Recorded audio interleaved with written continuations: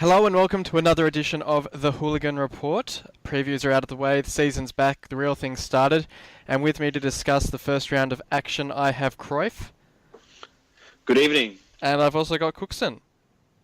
Stoke have the most Champions League winners out of any Premier League club. I saw that. Out of any Premier League club. That's insane. I can't What a way, understand. what a way to introduce yourself. It's the only way it's the only sort of criteria they seem to have for recruiting players these days. But it was a good first round for both of your teams. I think you both scored 4 goals and you both won games.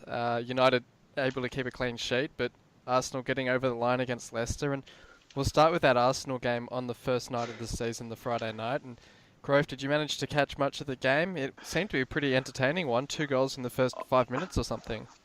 I did surprisingly. I set my alarm and I woke up and I watched the whole game. But bloody hell, do Arsenal know how to give you a heart attack or 7?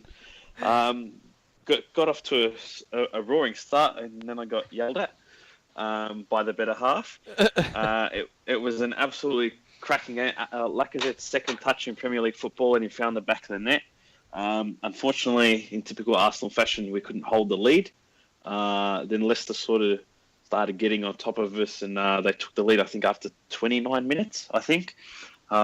We managed to make it even going in at the break through Welbeck. And then, again, some sloppy defending and goalkeeping found Leicester ahead again. But Arsene, with some inspired substitutions for a change, brought on both Ramsey and Giroud, who both scored very, very late on, 2 goals in the last 5 or 10 minutes. So I was very lucky to get the win and the 3 points on the day, and quite heart-stopping, to be honest. And I guess with the makeshift defence, it sort of reflects on the result. And I think if we had our first choice defence playing, it might have been a different story. But Kolasinac looked good.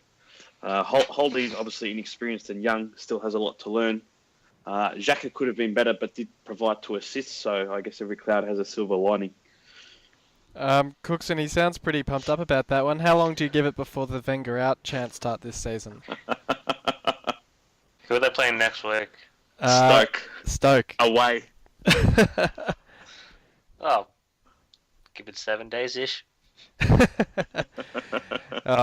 an emotional rollercoaster watching Arsenal. Did you catch much of the opening game? What were your thoughts on the first game of the season? Defensively a bit slack, but again, Arsenal's got to win. It beats losing an opening game or drawing, but you just got to hope they build on the form, build on Lacazette, and hopefully their defence improves. Yeah, well, it'll certainly be interesting. I guess Holding, as Cruyff was saying, is sort of that weak link into the defence at the moment. But is Koscielny due back next week, or was it more than a single game ban? I think it was just the one game, and I think once we get him and Mustafi back, Holding last season next to an experienced defender looked really good. So I think not having 2 natural centre backs playing beside him, two of which were both left footers, definitely didn't help him. I think having some leadership, whether it be Mertesacker, Mustafi, or Koscielny next to him, will definitely help him. Well, Cookson, you mentioned there it's better to get the win than to start with a draw or a loss. And the next 2 games we'll talk about did involve draws and losses for some pretty high-profile clubs. We'll start with the Liverpool draw on the Saturday night. And early game Saturday night, 6 goals. So we had 13 goals in the first 2 games of the season, which is a pretty incredible start. It was almost pretty predictable that Liverpool would go behind through a few defensive bungles from set pieces. But what did you make of the game, Cookson? Again, it was quite open. It's definitely fast-paced. But again, defending is just... Well, right now it's key, and Liverpool learned their chance to get a defender, and they paid for it. Pretty much. And I guess Silva, I know from my time with him at Hull, has an amazing home record. And I'm actually kind of kicking myself that I tipped Liverpool in this one because it was quite... predictable in a way that he was going to be able to hold on for at least a point against Liverpool at home. Cruyff, what did you make of it, and was it sort of a predictable outcome, I suppose, with the way that Liverpool defended? To be honest, I thought Liverpool, before looking at the fixture in the last week, I thought Liverpool would have won quite comfortably, particularly with their attacking three.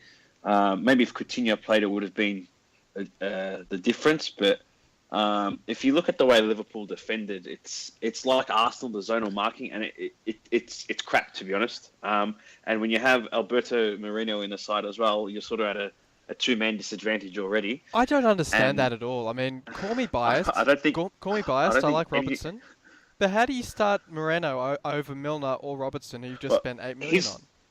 His defending on, it might have been the second goal, was absolutely terrible. He gets beaten, then he tries to hack the guy down who's probably a foot or two away from him. He's still on the ground and bang, slots it through and Watford score. But I don't know why you're not starting a left back, Robertson, who from what I understand is quite solid, and Moreno's, as we all know, is quite error prone. I don't know why you wouldn't start Robertson, particularly against a team like Watford. Yeah, it's a bit of a strange one. On Coutinho, who you mentioned didn't play the game with his supposed back injury, I'll get thoughts from both of you. I'll start with you, Cruyff. Do you reckon he stays at the end of the window? Do you think the Barca interest might get over the line, or do you reckon you believe the Liverpool owners won't sell him? When Barca generally want a player, they're like Madrid, they get it. It's pretty late in the window, though.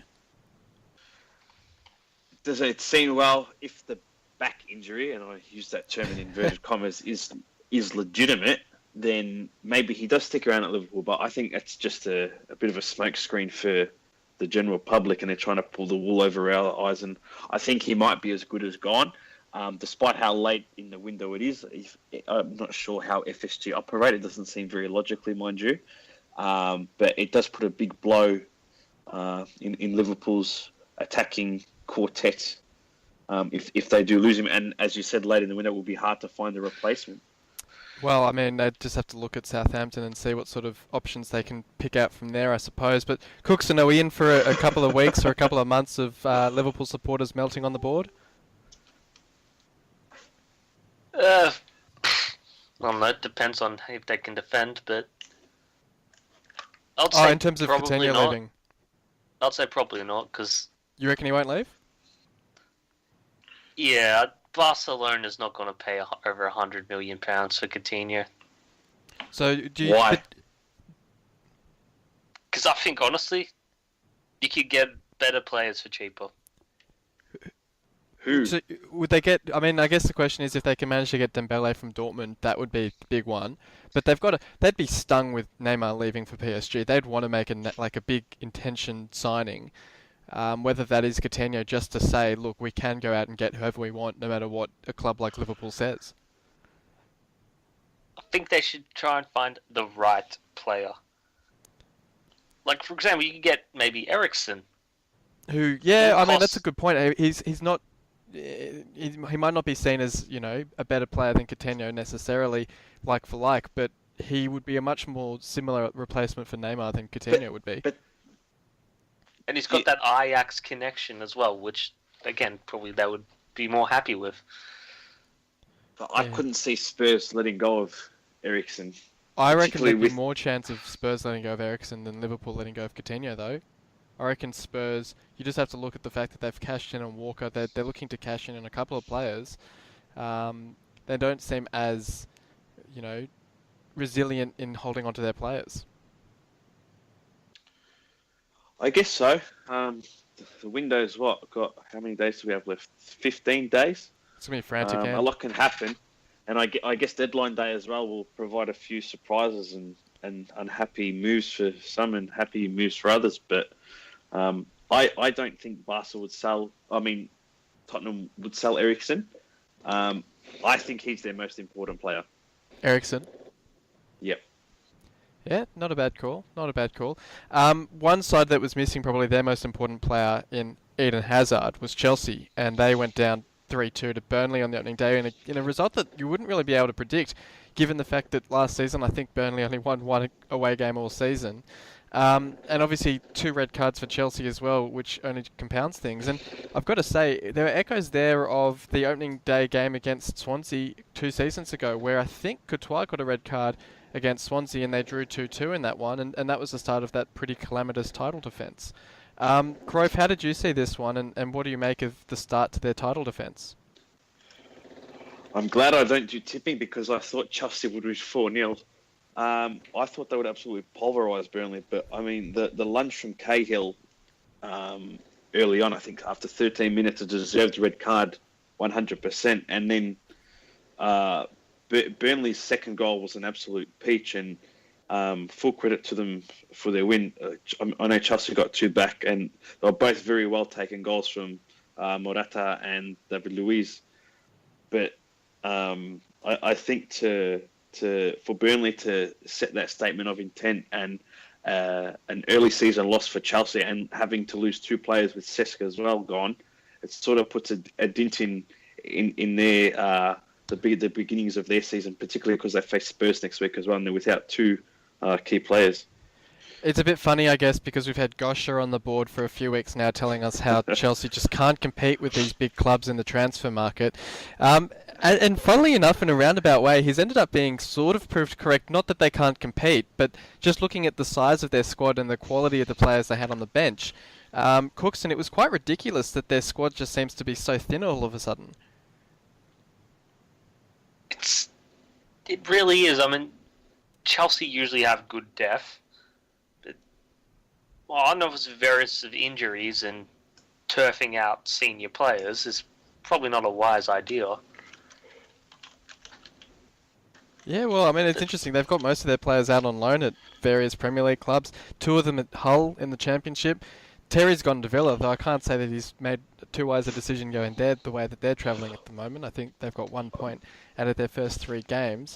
Corey, do you see them making a few big moves towards the end of the window just to sort of bolster that squad? And how many do you reckon they need? Because they've got, 4 competitions they're competing in now? Well, they need a centre forward because Costa's not playing, unless somehow Conte and him kiss and make up. They need another wing back because I can't even think of their backup for Alonso. I guess they've got. I guess it'll be Azpilicueta, but then you need another centre back probably to swap him out for. Exactly, and I think they should have held on to Zuma. Yeah, that was a strange one. So, and then after Oxlade-Chamberlain, who is craving to play centre midfield, but I can see if he went to Chelsea, he'd play right wing back. To be fair, I mean, similar situation to Milner, who went to Liverpool hoping to play centre mid, and he ended up playing left back. Yes, and then I think they shouldn't have let go of Matic. I think that's a terrible decision. And so they need another centre midfielder in a defensive shape. And then I don't even know who their right winger is after Willian. So they need to. Realistically, they probably need 5 or 6 players, and they'll probably end up with 2 or 3. Yeah, so it'll be interesting to see if Conte's there much beyond 6 months into the season, because I can see both him getting fed up with the way that the club's dealing in the transfer window, and also Abramovich doing his typical Abramovich thing and getting fed up when the results don't go their way after 4, 5, 6 months of the season. Throw the toys out of the pram. Well, exactly. So it's going to be interesting to see how that pans out for them. A former Chelsea manager who has had a much better start to the season is Jose Mourinho against West Ham. And obviously everyone knows the Mourinho magic is that second season at any club, he goes out, he wins silverware or wins the title. So, Cookson, I mean, you guys have had a much more productive summer. You've brought Lukaku, you've brought... who else have you brought? You've brought Matic, we're just talking about, as well as a couple of others. Yeah, Lindelof in defence. So you're looking a lot better than Chelsea. You're looking a lot better than most clubs. How do you rate your title chances? Well, this sort of game last year, we probably would have lost or drew in a very scrappy fashion. So we're doing better, but again, it's still too early. I want to wait 10 games in, see how we're doing then, because that's when the Champions League will start, and it's when it'll get serious. But again, 37 more games like that wouldn't be too bad. Well, 37 more games like that and you'd be invincibles. And Cruyff, we saw there was an article posted on the board, I think today or yesterday, saying how this United team has shades of that invincible team. And I've got to say, they've started with a win. They've got a 100% record. So they're bang on track. Replicate this over 37 more games and they're right there with that Arsenal team. So what do you reckon about United? Do you reckon they've got a pretty good squad now? I think I saw you saying similar with, Lukaku looking pretty dangerous for them. Pogba in that more advanced position looking pretty good as well. I think they looked brilliant against West Ham, and I know it's only one game, but you can only judge them on what they've played, and they looked fantastic for the whole 90 minutes that in that game. Pogba looked like the shades of the £90 million signing that they bought. Rashford was electric, and only so young. So what is he, 19 or 20? And then they've got Bailly at the back, who's forming a solid partnership with Jones, which Mourinho looks to prefer. And then you've got the new guy Lukaku, who's come in, and Matic bolstering the midfield next to Pogba. It's a brilliant and solid and very strong midfield to bolster the attack and solidify the defence. So I think that it'd be foolish to say they finish anything lower than third. Yeah, I think most had them top 2 in their predictions, really kind of fighting it out with Man City for the title. And I've got to tell you, those Manchester derbies, I'm really hoping that they don't sort of go the way of Mourinho parking the bus and trying to, kill off the excitement, because it'd be fantastic to see title contenders, top 2, kind of going at it and just sort of hammering away at each other. But I guess we'll have to wait and see. I think if as Cookson was saying, he sort of wants to wait 10 games because the Champions League will be on. But if United can take sort of 25 points from those first 10 games, I don't know what their run is. They'll put themselves in very good stead to going into sort of the Christmas break or sort of October, November sort of thing. And then if they can consolidate on that over Christmas and New Year, there's no reason why they can't really walk away as league champions. The only concern is that if Lukaku cops a serious injury, can they deal with it? Yeah, I think they've got a pretty easy run to start the season. They've got Swansea in their next game, and then I think not too many difficult fixtures after that for a little while. I think it goes Swansea, then I was just having a look. It's gone away from me now.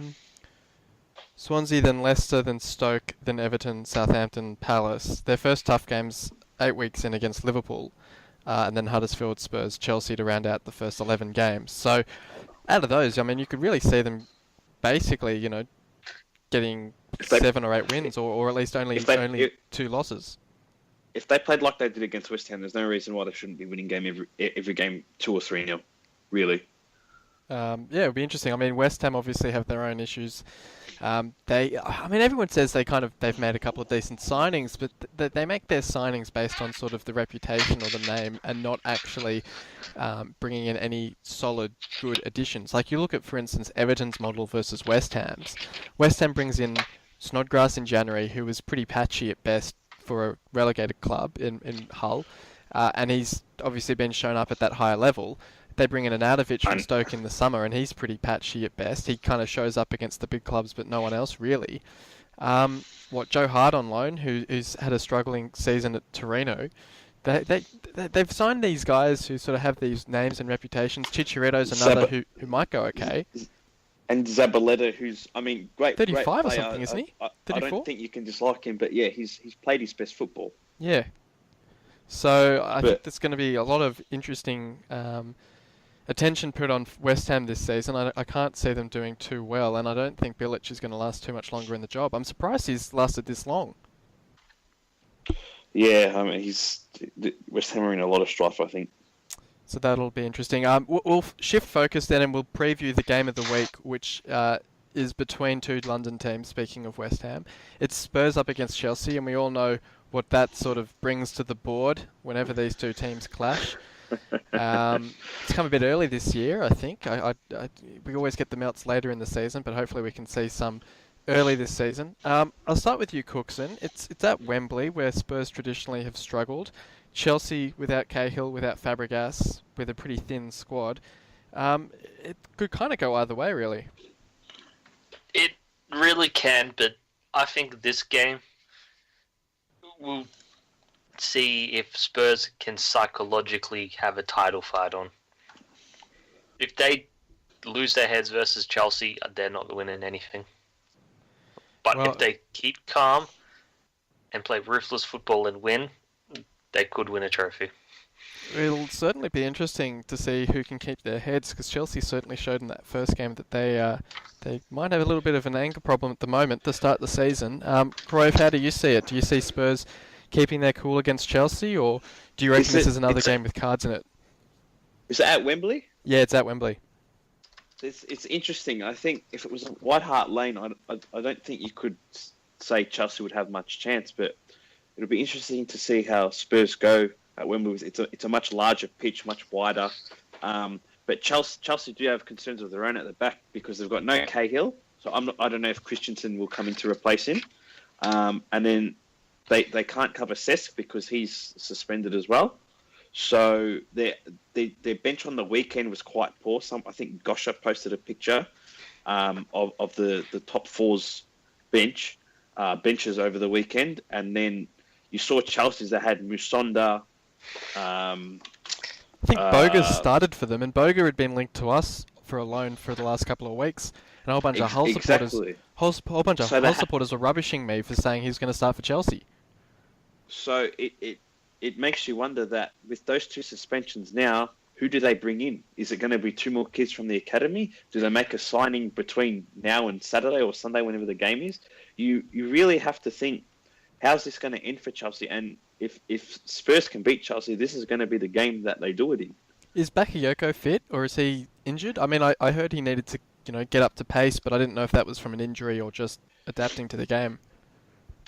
No, I think he still needs to be fit. Okay, so it's a fitness issue. Because I thought he'd be at least reasonably, maybe not like for like with Fabregas, but he could sort of slip into that central midfield role. But it'll be interesting. Yeah, it's a tale of the two non-spenders, really. Yeah, I mean, I think Bakayoko is more of a box-to-box sort of player, Yeah. but that's a good addition if he starts for Chelsea. But it just you wonder, with all the money they have available, why haven't they spent? Or even at more, least why did they send so many out on loan before bringing players in? Yeah, exactly. I mean, Morata will be a great buy, I think. And you look at his movement on the goal against Burnley. You see, he knows where the net is. He knows how to make the run. He peeled away lovely from the defender. And if he can keep doing that, great for Chelsea. But he's going to need the delivery and whatnot. So it's going to be interesting to see how Spurs handle him, and how Chelsea line up with limited players.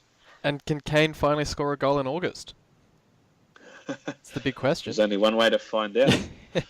I mean, looking at the highlights on that game against Newcastle, he couldn't have done much better and not scored. I mean, he hit the post a couple of times, and I think the keeper made a couple of good saves against him as well. So, pretty unlucky not to get on the score sheet, but decent start to the season for Spurs and not a great one for Chelsea. So, there'll be a lot of interest on this game. It's 4 p.m. in London, so it's 1 a.m. our time. So, a bit late on the Sunday night, but it's certainly one that should hopefully bring the fireworks and should be an interesting one to follow.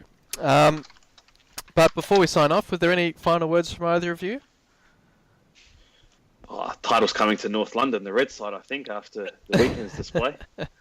Well, all three of our sides managed to score 4 goals on the weekend, so not a bad set of results. It's good. It was good to see Aaron Roy play well first Premier League game. Yeah, should mention that as well. It was a great assist he put in, that cross into the box for Huddersfield, and a great result for them. Beautiful. And he took the corner too for their first goal. So, I mean, if he can keep playing like that, you think if Huddersfield do get relegated, he might be picked up by sort of the next tier up of clubs, sort of your Stoke, your West Ham sort of level. So, very encouraging signs. But didn't Huddersfield look good? Yeah, and they've spent more days top of the table than Spurs in the last 2 years, I think. So it was a good result for them indeed. But thanks for coming on, guys. No worries. Thank you. And thank you for everyone for listening in. We'll be back this time next week to discuss the next round of results. So until then, I hope your team wins, and we'll see you on the forum.